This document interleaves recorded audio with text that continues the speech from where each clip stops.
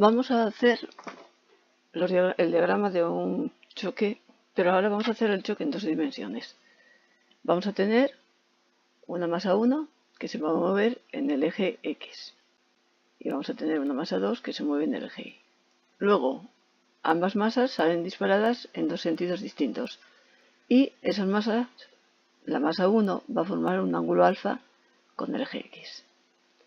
Entonces, hacemos lo de siempre. Los momentos iniciales y finales tienen que ser iguales. Ahora, en el eje X vamos a tener la masa 1 por la velocidad del eje 1 más la masa 2 por la velocidad del eje 2. Y al final vamos a tener la masa 1 por la velocidad en el eje X que tenga esa masa, más la masa 2 por la velocidad en el eje X que tenga esa masa. Como la masa final forma un ángulo alfa con el eje y la velocidad sigue esa trayectoria, hay que descomponer esa velocidad en el eje X y en el eje Y.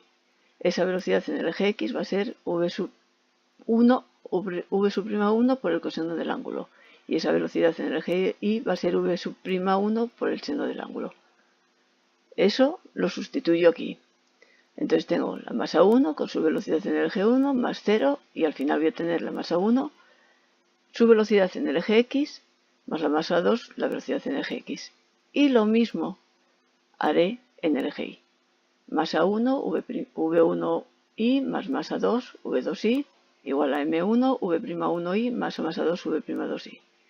Sustituyo v'1i por su valor, v'1 por seno de alfa, y ahora despejo en el eje X la v'2x y en el eje Y la v'2i. Aquí hay dos ceros porque esta masa 1 no tiene movimiento en el eje Y y esta masa 2 no tiene movimiento en el eje X. Despejo v'2x y v'2i y la velocidad va a ser en forma de un vector con su componente X y con su componente Y.